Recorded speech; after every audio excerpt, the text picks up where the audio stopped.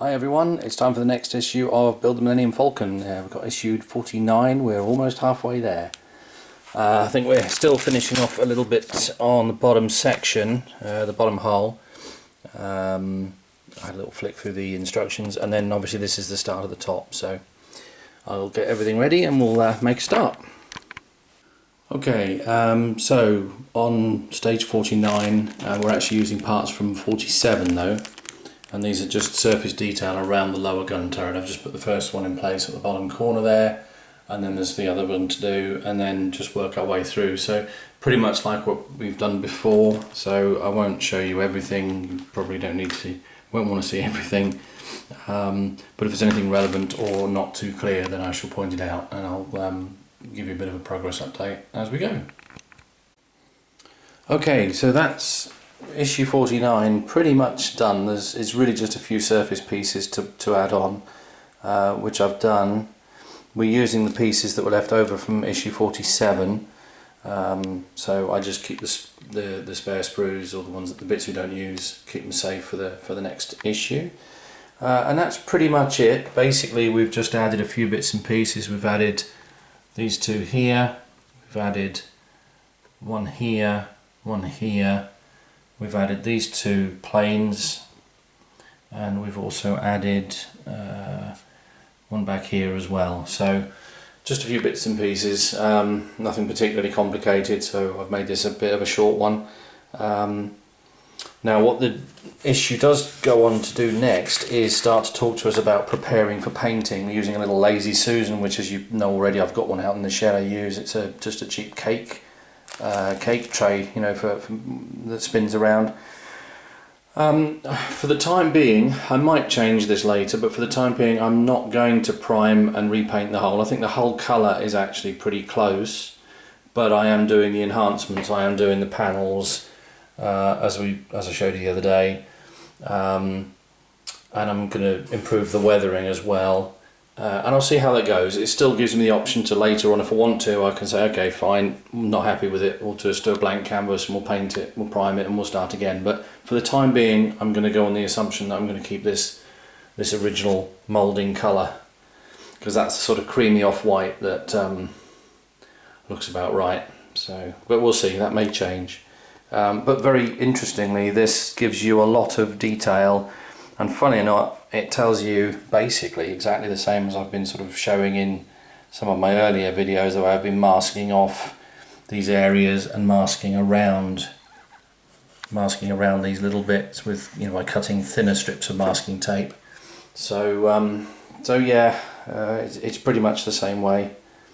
So that's it really. Obviously you can go through this and paint this. Just remember to mask up the bits that you don't want to change colour. And that's it really for issue 49, so I'll catch up with you for issue 50. Bye for now.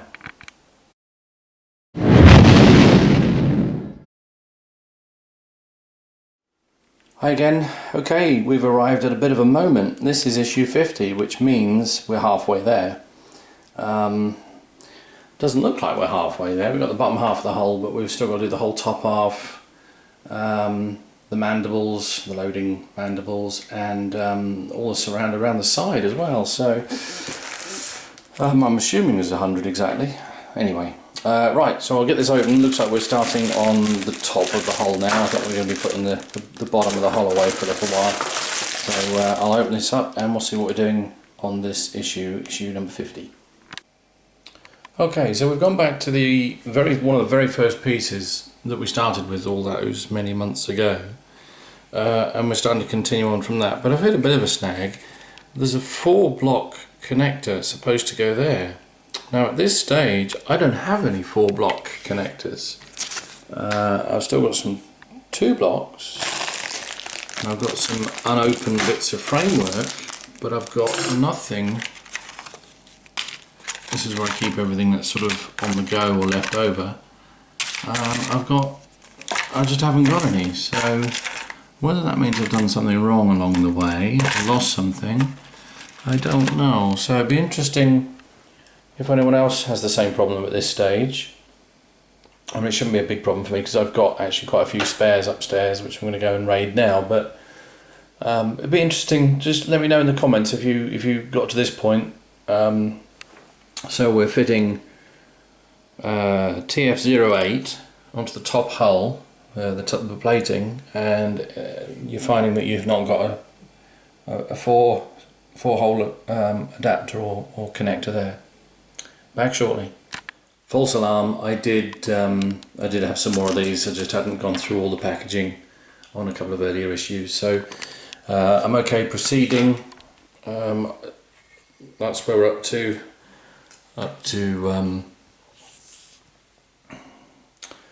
Number 15 here. Just got. Sorry, I beg your pardon. Yeah, just about to move on to number 16 here. I'm just doing number 15 at the moment. So so far so good. It was just me being wrong, basically. Okay, right, we've come to the end of stage 50. Just got to the bottom of page 9 or instruction 19, and we should have that, which I've pretty much got. The only difference is I've got a bit of plating on the outside. This is where I was testing the weathering when I bought the very first issue, pretty much. So yeah, so that's it. So we've got that much complete. But this is obviously the top starboard side, and we're starting to see where the passenger tunnel is going to be to go down to the cockpit. And that's also where there's going to be an opening so you can lift off a panel and see inside. So we're actually making quite impressive progress into the top already. Anyway, that's it for now. Back later. Now that's something we really did need, because when I don't know if you like me have been trying to research images of the Falcon on the internet for an accurate paint guide. There's lots of pictures of the top. There's very few images of the lower side, of the underneath. You get pictures like that which you can't really make out a lot on. So they've done. No, this isn't the studio one. This is theirs, because that's the studio one. And if you look, there's bits on there that are missing from this. So this is not the studio one, it's not gospel, but it's pretty close. This is the D'Agostini's guide. What I would suggest is I'm going to try and use reference of the images that I can get off the net and you know, pause from Blu-ray and stuff like that. And then anything that's missing I shall fill in the gaps with this. But at least we've got something to go on now, which is good. I've just noticed actually it does say right at the bottom of the screen there, right at the bottom of the page there, it does say that is a replica, it's not the studio model. So, anyway, that's pretty much it. I think there's a lot of painting tips, so these issues are going to be really handy for the painting. Yeah, in the meantime I'm going to move on to the next issue, so that's halfway there, folks.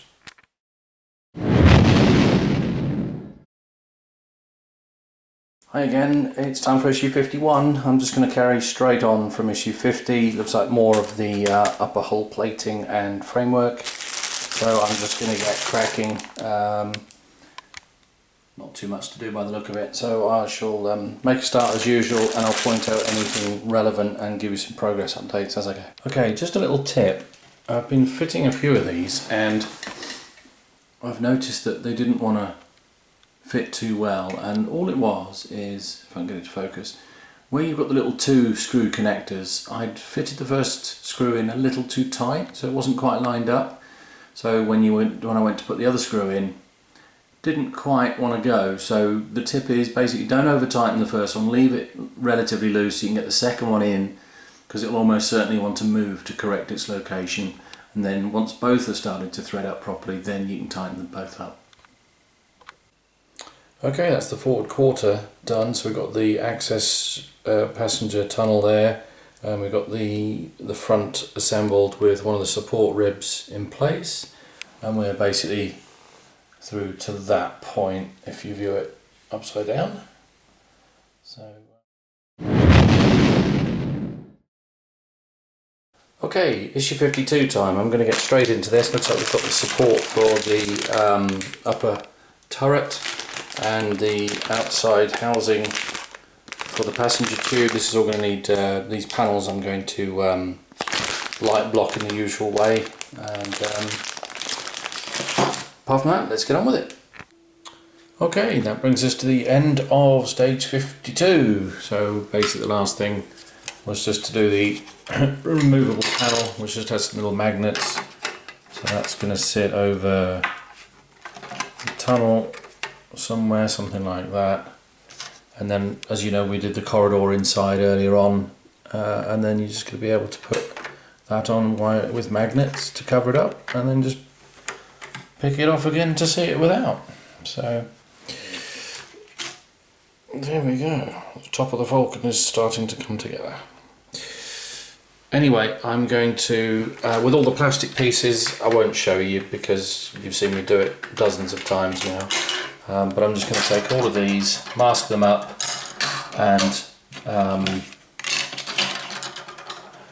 paint block the inside with some primer first, and then some highly reflective silver aluminium, and that's just to reflect any light back into the model.